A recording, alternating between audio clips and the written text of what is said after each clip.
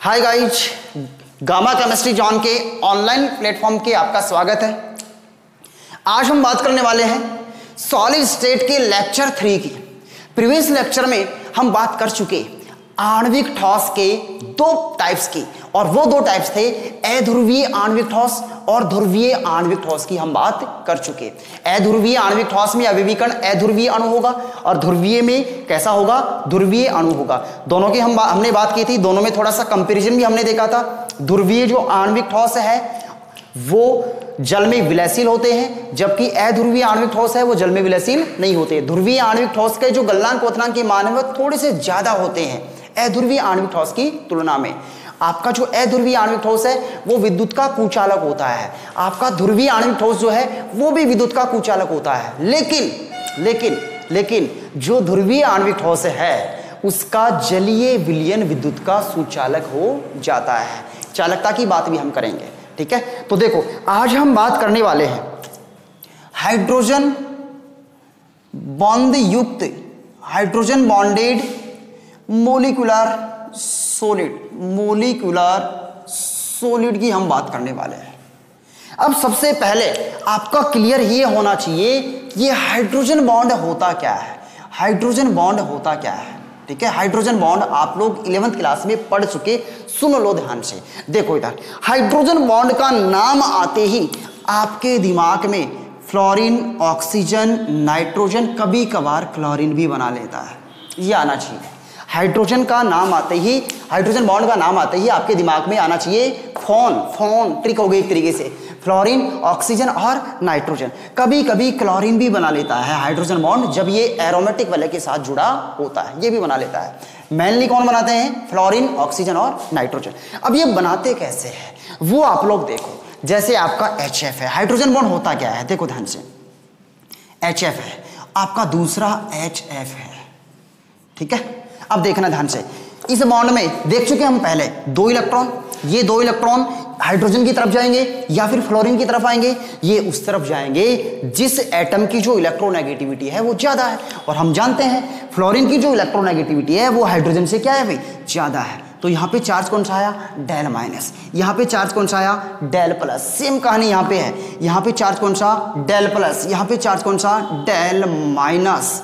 अब देखो ध्यान से, क्या डेल प्लस और डेल माइनस के बीच आकर्षण होता है? बिल्कुल होता है। और पिछले वाले लेक्चर में उसको हमने द्विध्रुव आकर्षण कहा था HCl के केस में। लेकिन जब फ्लोरीन आ जाता है, जब इनमें से कोई एटम आ जाता है जो कि मोर इलेक्ट्रोनेगेटिव एटम है, तो हम उसको क्या कहेंगे, हाइड्रोजन बॉन्ड। क्या नाम देंगे उसको, हाइड्रोजन बॉन्ड। तो इसका डेफिनेशन क्या हो गया, इसका डेफिनेशन क्या हो गया, इसका डेफिनेशन ये हुआ, देखना ध्यान से, सुनना। ये दो फ्लोरीन है, फ्लोरीन भी हो सकता है, ऑक्सीजन भी हो सकता है, नाइट्रोजन भी हो सकता है, क्लोरीन भी हो सकता है। मतलब यही क्यों बनाते हैं हाइड्रोजन बॉन्ड, क्योंकि ये पूरी पीरियोडिक टेबल में सबसे ज्यादा विद्युत ऋणी एटम है। ये फ्लोरीन है, ऑक्सीजन है, नाइट्रोजन है। इनका भी क्या यूज है, ज्यादा इलेक्ट्रोनेगेटिविटी होने से क्या हो जाता है उसकी भी हम बात करेंगे। हाइड्रोजन बॉन्ड कौन बनाता है, फ्लोरीन, ऑक्सीजन, नाइट्रोजन और कभी कभार क्लोरीन भी बना लेता है। और यही क्यों बनाते हैं, क्योंकि ये ज्यादा विद्युत ऋणी तत्व हैं। अब ज्यादा विद्युत ऋणी तत्व होने से क्या होता है इसकी भी हम बात करने वाले हैं। पहले आप इसका डेफिनेशन समझिए। देखो इधर, जब दो फ्लोरीन, जरूरी नहीं है फ्लोरीन हो, यहां ऑक्सीजन भी हो सकता है, यहां नाइट्रोजन भी हो सकता है, ठीक है। जब दो अधिक विद्युत ऋणी तत्वों के बीच में हाइड्रोजन परमाणु आ जाता है, हाइड्रोजन परमाणु आ जाता है, और यह हाइड्रोजन परमाणु एक अधिक विद्युत ऋणी परमाणु से सहसंयोजक बंध के द्वारा जुड़ा होता है, कोवलेंट बॉन्ड के द्वारा जुड़ा होता है, और दूसरे अधिक विद्युत ऋणी परमाणु से एक आकर्षण बल के द्वारा जुड़ा होता है। इसे ही हम हाइड्रोजन बॉन्ड कहते हैं।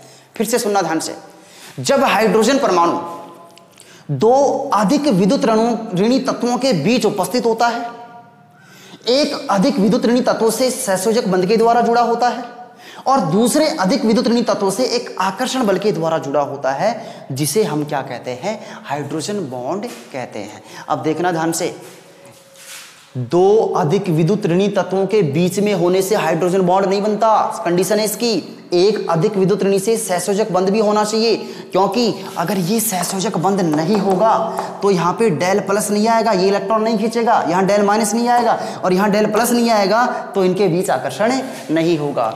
इसका मतलब यहाँ पे सहसंयोजक बंध का होना बहुत जरूरी है, ठीक है। और यहाँ पे देखो, ये हम ज्यादा विद्युत ऋणी परमाणु ही क्यों यूज कर रहे हैं यहाँ पे हाइड्रोजन बॉन्ड के लिए। देखो इधर जो आपके ये ज्यादा विद्युत ऋणी परमाणु हैं, ये बंध के इलेक्ट्रॉन को ज्यादा खींचेंगे और ज्यादा खींचेंगे तो यहाँ ज्यादा डेल माइनस आएगा, यहाँ ज्यादा डेल प्लस आएगा, ज्यादा डेल माइनस आएगा, ज्यादा डेल प्लस आएगा। जितना ज्यादा विपरीत आवेश होगा आकर्षण उतना ही क्या होगा, ज्यादा होगा। इसीलिए तो मोर इलेक्ट्रोनेगेटिव एटम लिया है अपन ने, ज्यादा विद्युत ऋणी तत्व हमने लिया है, मतलब ये ज्यादा बंध के इलेक्ट्रॉन को खींचेंगे, ज्यादा डेल माइनस आएगा, ज्यादा डेल प्लस आएगा, तो आकर्षण भी क्या होगा इनके बीच, ज्यादा होगा।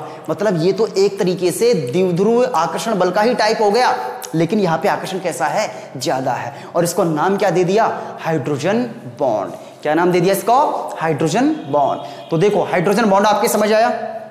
हाइड्रोजन बॉन्ड बनाता कौन है, हाइड्रोजन बॉन्ड का नाम आते ही दिमाग में क्या आना चाहिए, फॉर्म, फ्लोरीन, ऑक्सीजन, नाइट्रोजन, कभी कभी क्लोरीन भी बना लेता है, ठीक है। और जब दो विद्युत ऋणी है तत्व हैं, अधिक विद्युत ऋणी तत्व हैं, उनके बीच में कौन आ गया, हाइड्रोजन।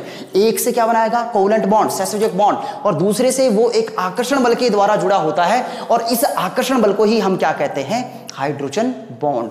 अब देखो ऐसा आणविक ठोस जिसमें हाइड्रोजन बॉन्ड बनाने वाले अवयवी कण होते हैं, उसे हम क्या कहेंगे, हाइड्रोजन बंध युक्त आणविक ठोस। मतलब इसका सीधा सीधा ये है, वे आणविक ठोस जिनमें अवयवी कण क्या हो, HF हो, फ्लोरीन है इसमें, अवयवी कण क्या हो, H2O हो, अवयवी कण क्या हो, NH3 हो, अवयवी कण क्या हो, CH3COOH, एसिटिक अम्ल हो, अमोनिया हो, जल हो आपका। मतलब ये सारे के सारे क्या बनाएंगे, हाइड्रोजन बॉन्ड बनाएंगे, क्योंकि इनमें फ्लोरीन है, ऑक्सीजन है, नाइट्रोजन है, ऑक्सीजन है, तो इनमें हाइड्रोजन बॉन्ड बन जाएगा, ठीक है। अब देखना ध्यान से, हमने आणविक ठोस के 3 प्रकार पढ़े। अध्रुवीय आणविक ठोस सबसे पहला, जिसके गलनांक और क्वथनांक सबसे कम थे।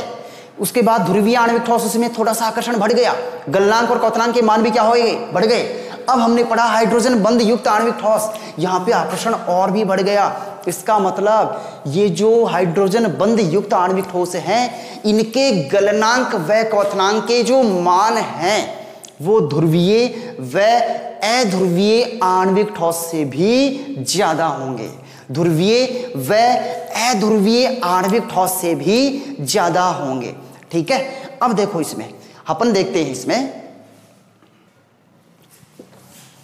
अब देखो भाई थोड़ा सा हम बात कर ले हैं एसिटिक अम्ल की। एसिटिक अम्ल में हाइड्रोजन बॉन्ड है, और यहां से आपका क्वेश्चन बनता है, देखना ध्यान से, ये आपका एसिटिक अम्ल है, ये आपका एसिटिक अम्ल है, और ये एसिटिक अम्ल का दूसरा मॉलिक्यूल है, ये लो जी, ये आपका एसिटिक अम्ल का दूसरा मॉलिक्यूल है। अब क्वेश्चन यहां से क्या आता है, एसिटिक अम्ल का जो अणुभार है, मॉलिक्यूलर वेट है, वो होता है 60, लेकिन प्रायोगिक रूप से हमें प्राप्त होता है 120 प्राप्त होता है। बहुत अच्छा क्वेश्चन यहां से, एग्जाम पॉइंट ऑफ व्यू से बहुत ही इंपॉर्टेंट क्वेश्चन है, ठीक है। राजस्थान बोर्ड में बहुत बार पूछा गया क्वेश्चन है। एसिटिक अम्ल का जो अणुभार है वो कितना होता है, 60 होता है। कैलकुलेट कर लेना आप, कार्बन का भार है, ऑक्सीजन का 16 है, हाइड्रोजन का 1, कार्बन 3 हाइड्रोजन जोड़ के 60 ही आएगा आपका, ठीक है। लेकिन एक्सपेरिमेंटली प्रायोगिक रूप से कितना प्राप्त हो रहा है हमें, 120 प्राप्त होता है। अब इसका रीजन हाइड्रोजन बॉन्ड, मतलब हाइड्रोजन बॉन्ड के कारण एसिटिक अम्ल का जो अणु है वो अकेला ना होके डाइमर के फॉर्म में पाया जाता है, द्विवलक के फॉर्म में पाया जाता है, डाइमर के फॉर्म में पाया जाता है, द्विवलक के फॉर्म में पाया जाता है। इसीलिए इसका जो अणुभार है वो हमें 120 प्राप्त होता है। अब देख लो यहाँ पे दो अणुओं के बीच, एसिटिक अम्ल अणुओं के बीच क्या बन रहा है, हाइड्रोजन बंध बन रहा है। और हाइड्रोजन बंध कैसे बना, देखो ध्यान से, दो अधिक विद्युत ऋणी परमाणु है, ऑक्सीजन ऑक्सीजन, दो अधिक विद्युत ऋणी परमाणु है, ऑक्सीजन ऑक्सीजन, दोनों के बीच में कौन है, हाइड्रोजन, दोनों के बीच में कौन है, हाइड्रोजन। एक अधिक विद्युत ऋणी से किसके द्वारा जुड़ा हुआ है, सहसंयोजक बंध के द्वारा। यहाँ पे डेल माइनस, यहाँ पे डेल प्लस, यहाँ पे डेल माइनस, यहाँ पे डेल प्लस, यहाँ पे डेल माइनस, यहाँ पे del plus, del minus del plus, minus plus में क्या हो जाएगा, आकर्षण हो जाएगा।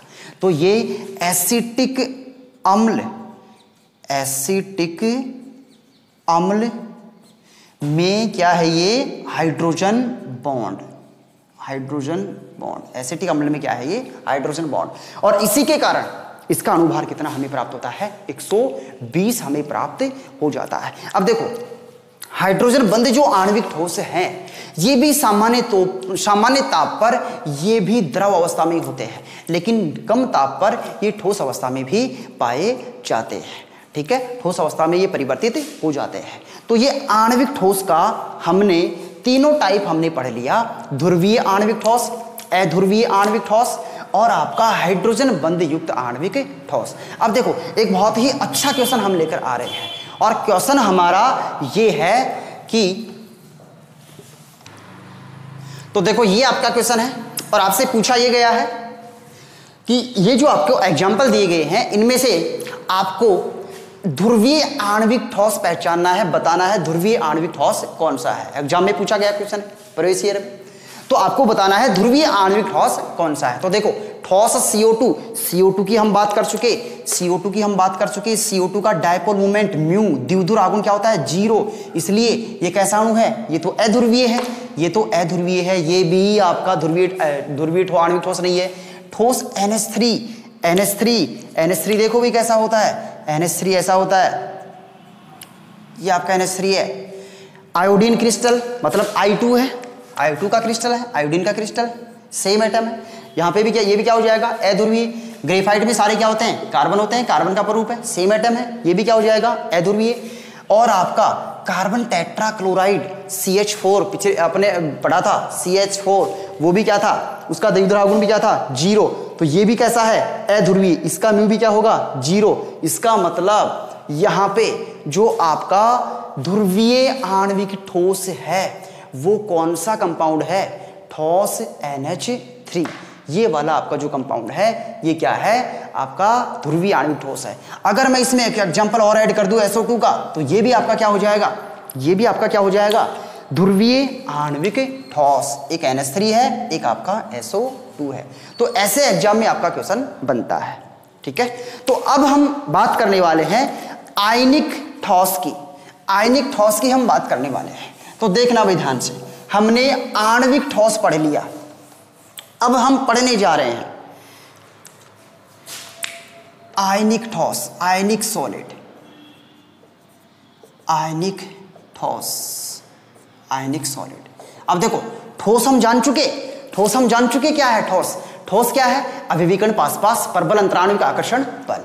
आयनिक मतलब अवयवी कण क्या होंगे, आयन होंगे, मतलब वे ठोस जिनमें अवयवी कण क्या होते हैं, आयन्स होते हैं, क्या कहलाएगा, आयनिक ठोस कहलाएगा। अब देखना ध्यान से, जैसे आपका NaCl है, NaCl किससे बना, Na+ से और Cl- आयन से, दो आयनों से बना, Na+ से और Cl- से। आयन कैसे बने, पढ़ चुके अपन 11वीं क्लास में। Na+ ने एक इलेक्ट्रॉन दिया इसको स्टेबल होने के लिए, इसने एक इलेक्ट्रॉन लिया क्लोरीन ने ग्रहण कर स्टेबल होने के लिए, Na+ बन गया, Cl- बन गया, दोनों के बीच क्या बना, आकर्षण।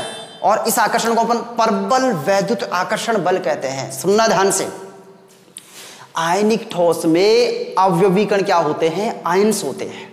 और आयन्स अगर हैं मतलब कंप्लीट पॉजिटिव और नेगेटिव चार्ज है, और पहले जो आणविक ठोस था उसमें चार्ज आ रहा था ध्रुवीय में भी और हाइड्रोजन बॉन्ड वालों में भी, लेकिन वहां पर कैसा आ रहा था चार्ज, आंशिक। आंशिक का मतलब कम चार्ज आ रहा था, यहाँ पे कंप्लीट चार्ज आ रहा है। और विपरीत आवेशों में हम जानते हैं क्या होता है, आकर्षण होता है प्लस माइनस में, हम जानते हैं इस बात को। जितना ज्यादा विपरीत आवेश होगा आकर्षण उतना ही ज्यादा होगा। तो आणविक ठोसों में जो विपरीत आवेश था वो आंशिक था, यहाँ पे कंप्लीट प्लस माइनस है, मतलब यहाँ पे आकर्षण क्या है, ज्यादा है। और यहाँ पे आकर्षण अगर ज्यादा है इसका मतलब आयनिक ठोस जो है उसके गलनांक के मान क्या होंगे, ज्यादा होंगे, क्योंकि आकर्षण ज्यादा है, क्योंकि कंप्लीट प्लस और माइनस चार्ज है। आकर्षण ज्यादा होगा तो हम टेम्परेचर देंगे, तो उस बॉन्ड को, उस आकर्षण बल को तोड़ने के लिए हमें ज्यादा एनर्जी की आवश्यकता होगी, ज्यादा एनर्जी की रिक्वायरमेंट होगी। ठीक है, तो आयनिक ठोस का डेफिनेशन क्या हुआ, वे ठोस जिनमें अवयवी कण आयन्स होते हैं उन्हें हम क्या कहेंगे, आयनिक ठोस कहेंगे। और इन आयनिक ठोसों में धनायन व ऋणायन के मध्य परबल अंतराण्विक आकर्षण बल पाए जाते हैं। क्लियर है? अब सुनना ध्यान से, जो आपका आयनिक ठोस है, ये आयनिक ठोस हार्ड होता है, कठोर होता है, कठोर होता है, और इसकी जो प्रकृति है वो भंगुर होती है, भंगुर प्रकृति होती है इसकी, भंगुर प्रकृति का होता है, कठोर होता है और भंगुर प्रकृति का होता है। अब देखो कठोर क्यों है, क्योंकि हमने बात की यहाँ पे आकर्षण बल कैसा है, कठोर ज्यादा है, आकर्षण बल ज्यादा होगा तो पास पास आ जाएंगे, कठोर हो जाएगा। अब भंगुर प्रकृति, ध्यान रखना, आयनिक ठोसों का गुण होता है भंगुरता, और भंगुरता का मतलब ये है, ये बहुत सारे आयनिक कण हैं, और अगर हम इन पे प्रेशर लगाएंगे, दाब लगाएंगे, बल लगाएंगे, तो बल लगाने से ये जो अवयवी कण हैं ये दूर दूर चले जाएंगे, बिखर जाएंगे, क्रिस्टल टूट जाएगा, और इस नेचर को हम क्या कहते हैं, भंगुरता। और ये नेचर क्यों पाया जाता है, देखो ध्यान से, आयनिक क्रिस्टल में आपके पास एक धनायन है, एक ऋणायन है, एक धनायन है, एक ऋणायन है, ऐसा ही होता है, एक धनायन है, एक ऋणायन है, ऐसा ही होता है आयनिक क्रिस्टल में। अब एक धनायन और ऋणायन अल्टरनेट क्रम में है, और जब आप इनके ऊपर बल लगाओगे तो ये ऋणायन यहाँ, ये ऋणायन यहाँ, मतलब समान आवेश के जो आयन है वो एक तरफ चले जाएंगे, और समान आवेश के आयन एक तरफ जब चले जाएंगे तो उनके बीच में क्या होगा, प्रतिकर्षण होगा, और प्रतिकर्षण होगा तो आपका जो क्रिस्टल है वो टूट जाएगा, और क्रिस्टल यदि टूट जाएगा, इसी गुण को हम क्या कह रहे हैं, भंगुरता। ठीक है, तो जो आयनिक ठोस है इनकी प्रकृति कैसी होती है, भंगुर होती है, और ये कठोर प्रकृति के होते हैं। हमने गलनांक और क्वथनांक की बात की, आणविक ठोसों से इनके गलनांक क्वथनांक क्या होते हैं, ज्यादा होते हैं, क्योंकि इनमें जो आकर्षण बल है वो क्या है भाई, ज्यादा है। अब देखो एक बहुत ही इंपॉर्टेंट बात, और वो ये आयनिक ठोस जो है, आयनिक ठोस जो है वो विद्युत के कुचालक होते हैं। आयनिक ठोस जो हैं वो विद्युत के कुचालक होते हैं, लेकिन विद्युत के कुचालक ये होते हैं ठोस अवस्था में, सॉलिड स्टेट में विद्युत के कुचालक होते हैं आयनिक ठोस।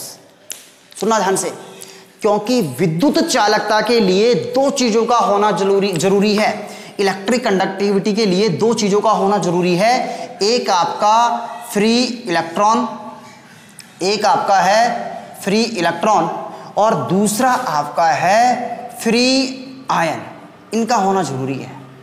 देखना ध्यान से, आपका जो इलेक्ट्रिक कंडक्टिविटी है उसके लिए दो चीजें हमें चाहिए, एक मुक्त इलेक्ट्रॉन चाहिए, एक मुक्त आयन चाहिए। अगर ये दो चीजें हैं आपके पास, दोनों में से एक भी है, तो वो पदार्थ विद्युत का सुचालक होगा। जैसे हमारे घर में फैन चल रहा है, उसमें वायर है, कॉपर का है या एल्यूमिनियम का है, उसके द्वारा इलेक्ट्रिसिटी हमको पास हो रही है, हमको मिल रही है, मतलब उस वायर में क्या है, इलेक्ट्रॉन, फ्री इलेक्ट्रॉन है, उसके द्वारा ही हमें क्या मिल रही है, करंट मिल रहा है। फ्री आयन होंगे, किसी सॉल्यूशन में फ्री आयन होंगे तो उसके द्वारा भी हमें कंडक्टिविटी मिल जाएगी। मतलब विद्युत चालकता के लिए दो चीजों का होना जरूरी है, मुक्त इलेक्ट्रॉन के लिए और मुक्त इलेक्ट्रॉन और मुक्त आयन। ठीक है, अब देखो NaCl ठोस है हमारे पास, मतलब Na+ था और Cl- था, Na+ और Cl- जब ये मिले तभी तो NaCl बना। अब इस अवस्था में, ठोस अवस्था में, इनके ऊपर कोई चार्ज नहीं है, बैलेंस हो गया। ठीक है, कोई चार्ज नहीं है, कोई आयन नहीं है, कोई इलेक्ट्रॉन नहीं है, तो ये विद्युत का क्या हो जाएगा, ये कुचालक। लेकिन अगर इस NaCl को H2O में डाला जाए, पानी में अगर डाला जाए, इसको H2O में डाला जाए, तो ये विद्युत का कंडक्टर बन जाता है, विद्युत का सुचालक बन जाता है इसका सॉल्यूशन। और वो क्यों, जैसे ही इसको पानी में डालेंगे तो पानी में डालते ही हमें पानी में क्या मिल जाएगा भाई, घुल जाएगा, मतलब हमें क्या मिलेगा, Na+ और Cl-, Na+ और Cl-, दो तरह के हमें आयन यहाँ पे मिल जाएंगे। और दो तरह के आयन हमें मिल गए, हमें तो आयन ही तो चाहिए, फ्री आयन ही तो चाहिए इलेक्ट्रिक कंडक्टिविटी के लिए, यही हमारी कंडीशन थी। जैसे ही हमें आयन मिले, इसका मतलब ये विद्युत का चालक बन गया। तो ध्यान ये रखना, जो आयनिक ठोस हैं वो ठोस अवस्था में विद्युत के कुचालक होते हैं, लेकिन उनका जो जलीय विलयन है वो विद्युत का सुचालक होता है। ठीक है, तो ये वाला जो एग्जाम्पल है, ये वाला जो पॉइंट है इसका बहुत ही इंपॉर्टेंट है। ठीक है, अब हम बात करते हैं जो आयनिक ठोस है वो ध्रुवीय विलायकों में आसानी से घुल जाते हैं, मतलब जल में आसानी से घुल जाते हैं। ठीक है, 11वीं क्लास में आपने कॉन्सेप्ट पढ़ा है, समान समान को घुलता है, मतलब आयनिक विलायक किस में घुलते हैं? ध्रुवीय विलायकों में, जल में घुल जाते हैं। ठीक है, समान समान को घुलता है, क्योंकि जल भी पोलर होता है, ध्रुवीय होता है, इसमें भी चार्ज होता है, वो अलग बात है। यहाँ डेल प्लस डेल माइनस आंशिक होगा, तो ये जल में आसानी से घुल जाते हैं। और इसके एग्जाम्पल की अगर अपन बात करें तो देखो ध्यान से, जैसे आपका NaCl हो गया, जैसे आपका KCl हो गया, जैसे आपका CaCl हो गया, जैसे आपका AgBr का क्रिस्टल हो गया, ये सारे के सारे क्या हैं? ये आयनिक क्रिस्टल हैं। जैसे आपका कॉपर सल्फेट का क्रिस्टल हो गया, जैसे आपका KClO3 का पोटेशियम क्लोरेट का आपका क्रिस्टल हो गया। ठीक है, तो ये सारे के सारे आपके आयनिक क्रिस्टल हैं। तो ये आयनिक ठोस की बात हो गई। तो हमने 2 प्रकार के ठोस पढ़ लिए, सुनना एक बार ध्यान से। एक हमने क्या पढ़ा? आणविक ठोस, उसके 3 टाइप हमने पढ़े, ध्रुवीय आणविक ठोस, अध्रुवीय आणविक ठोस और हाइड्रोजन बंध युक्त आणविक ठोस। और आज वाले लेक्चर में हमने क्या पढ़ा भाई? आयनिक ठोस। और आयनिक ठोस में जो अवयवी कण है वो क्या होंगे? आयन होंगे। और आयन अगर अवयवी कण है तो उनके बीच आकर्षण बल क्या है? ज्यादा है। और ज्यादा आकर्षण बल है, इसका मतलब गलनांक क्वथनांक का मान क्या होगा? ज्यादा होगा, क्योंकि उनको टेम्परेचर ज्यादा देना पड़ेगा तोड़ने के लिए बॉन्ड को। ठीक है, इनका ठोस अवस्था में विद्युत के कुचालक होते हैं आयनिक क्रिस्टल, लेकिन जलीय विलयन में जैसे ही डालेंगे तो हमें आयन मिल जाएंगे। और इलेक्ट्रिक कंडक्टिविटी के लिए हमें क्या चाहिए? फ्री इलेक्ट्रॉन चाहिए और फ्री आयन चाहिए। तो इनका जलीय विलयन जो है वो विद्युत का क्या हो जाएगा? सुचालक हो जाएगा। ठीक है, तो ये बातें हमने की आयनिक ठोस के बारे में। अब नेक्स्ट लेक्चर में हम बात करेंगे धात्विक ठोस की और सहसंयोजक ठोस की। ठीक है।